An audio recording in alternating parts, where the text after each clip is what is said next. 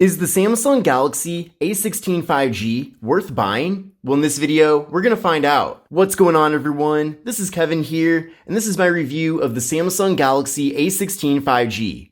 Now, this phone, since being launched, is currently one of the best-selling phones in the world, so I'm really excited to share with you everything that I know about it here in this video.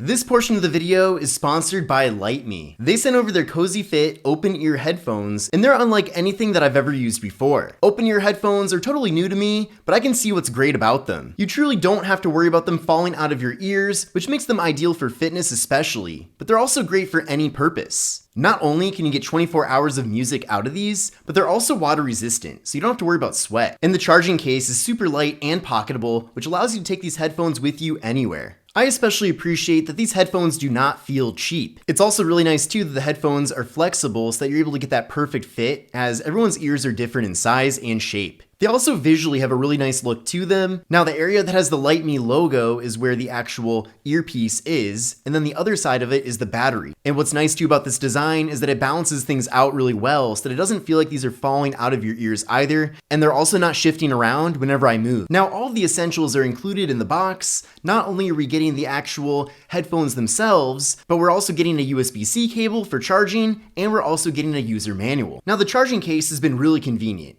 We have USB-C to charge the actual case itself, and then on the front, there's an indicator light. And despite the unique sizing of these headphones, I'm really impressed that they're able to fit both of them here into this very small compact case. These headphones also have touch-sensitive controls, which is extra convenient. So just with a simple touch, you can move to the next song, you can play and pause music, you can answer calls, you can do all those various functionalities, which even adds more usability to these headphones. These open-ear headphones really are the real deal. But if you're interested in picking up a pair of these for yourself, then definitely take a look at the link in the video description.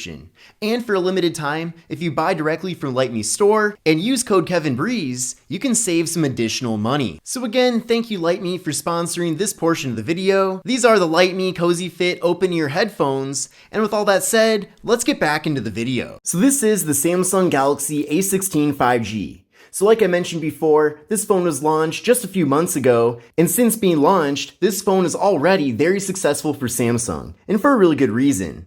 Despite this being a low-end budget smartphone, we're still getting a lot of really premium features here with this device, and we're really just getting a lot of value here with this smartphone. Now before I get too far into things here with the A16 5G, let's see what all comes included in the box. Now keep in mind, this is the global model of the phone. This phone is most likely going to be launched in the US officially pretty soon. I'm definitely hoping that's the case. And that version of the phone should pretty much be exactly the same. Some of the colors might be different, so just keep that in mind.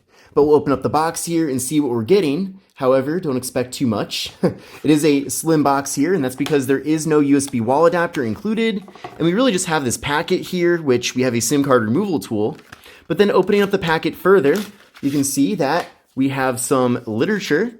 And then we also have a double-sided USB-C cable for charging and data transfer. Now, in many ways, the Samsung Galaxy A16 5G feels a lot more premium than it actually is. And one of the main reasons for that is because how good the display is here with this device. So with the phone, we're getting a 6.7-inch display, so a really large canvas here to view content, and it's Super AMOLED with a 90 Hz refresh rate. And honestly, 90 Hz is pretty good, that's definitely better than 60 Hz, but this display feels super smooth. When I first started using the phone, I actually thought it had a 120 Hz refresh rate just because of how smooth it is. So that's definitely very impressive. In addition to that, this display is 1080p. We're getting a PPI of 385, a 19.5:9 aspect ratio, so a more narrow but taller form factor, and we're getting an 86% screen to body ratio. So the bottom bezel is a bit larger, and then the 13 megapixel camera is in a hole punch up top, but overall the bezels are actually pretty small here on the device, especially on the sides. But again, just looking at this display, I'm so impressed with how good it is, and it's also very good with viewing angles as well due to it being Super AMOLED, and colors just really pop here with the display on this device. Now the Galaxy A16 5G is offered in several different storage configurations. This model of the phone does have 128 gigabytes along with microSD card expansion. So 128 gigs for a budget phone is very impressive as it is, but I do like that we at least have that option to add in a micro SD card to potentially offload photos and videos to free up some of that internal space. Now with this device, there is no wireless charging, which is a bit unfortunate, but something that I don't expect to find with a phone in this category.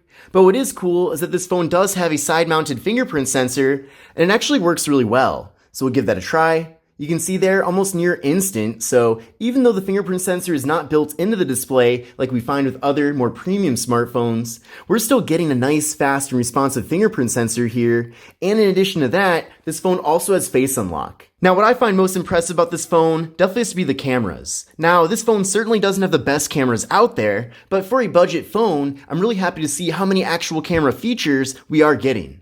So there's a 50 megapixel main camera, a 5 megapixel ultra wide angle camera, and then a 2 megapixel macro camera for close-up images, and then the phone also supports portrait mode for both the rear and front cameras. Now if you're looking for a quick and easy way to access the camera app here on the device, simply double press on the power button and then it'll pull up the camera. And then from here, you can see we have the main rear camera right now. Now what's cool about this too is that you can actually tap up here on 12M and switch over to the full 50 megapixel mode, and then along with that mode, you can capture images, and they're in super high quality detail. So you can see here, things are super crisp. Now, of course, the main camera is 50 megapixels, but by default, it actually captures images at 12 megapixels to save up some space on the device. But again, if you want to switch it over to that 50 megapixel mode, it's certainly not a bad thing, and along with that, you will be getting better quality images. Now then from here, we can go over to 0.5 to access the ultra wide camera. And then with ultra wide, we can fit a lot more content into a single frame. Again, a lot of these features are features that you typically would find with more premium smartphones compared to one in this category. So that just really shows how much value we're getting here with the A16 5G. Then from there, you can go over to the More tab and access the final camera, and that's the macro camera. So with macro, you can get very close up to an object and have it be in really good detail. For example, right here, as you can see, that macro camera does work really well for small objects. Then flipping around to the front-facing camera, there's me right there. And then with this device, we do have 1080p video for both the front and rear cameras. So unfortunately, there is no 4K video here with the phone, and that might be one of the biggest shortcomings, but at the same time, I'm just happy that we're getting decent cameras with this phone as it is. But let's now take a look at some camera samples from the Samsung Galaxy A16 5G. Now I'll let the results speak for themselves here for the most part, but in general, I'm very happy with the camera quality here with this device. Now, of course, you have to keep your expectations in line. This is not a $1,000 smartphone. It's not even a $500 smartphone. So keep in mind that the photos certainly won't be the best of the best out there, but for a phone in this segment, I'm very happy with the images. Honestly, I'm just happy that the images are usable, but they actually look really good. So certainly if you're going on vacation and you want to capture those various memories for the future, this phone will be totally fine with doing that for you.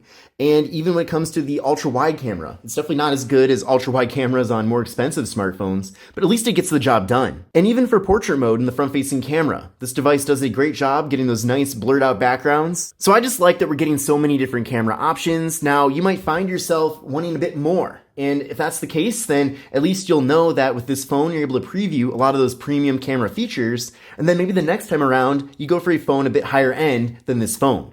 But again, I'm just glad that we're getting so many cameras here with the device, so at least you're able to test out and see what camera features you find yourself using most often. But let's look at some video samples from the Galaxy A16 5G. What's going on, everyone? This is Kevin here, coming at you with a front-facing test video with the Samsung Galaxy A16 5G. And this video is in 1080p. So definitely curious to know what you think about the video and audio quality. And here's a test video using the main rear camera on the Samsung Galaxy A16 5G. This video is in 1080p.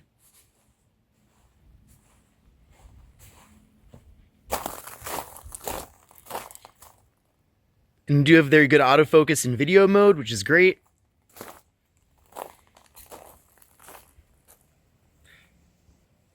Now I just switched over to the ultra-wide camera, and that's actually a nice surprise to see that you can actually switch between those two cameras in the same video clip, because that's not always the case.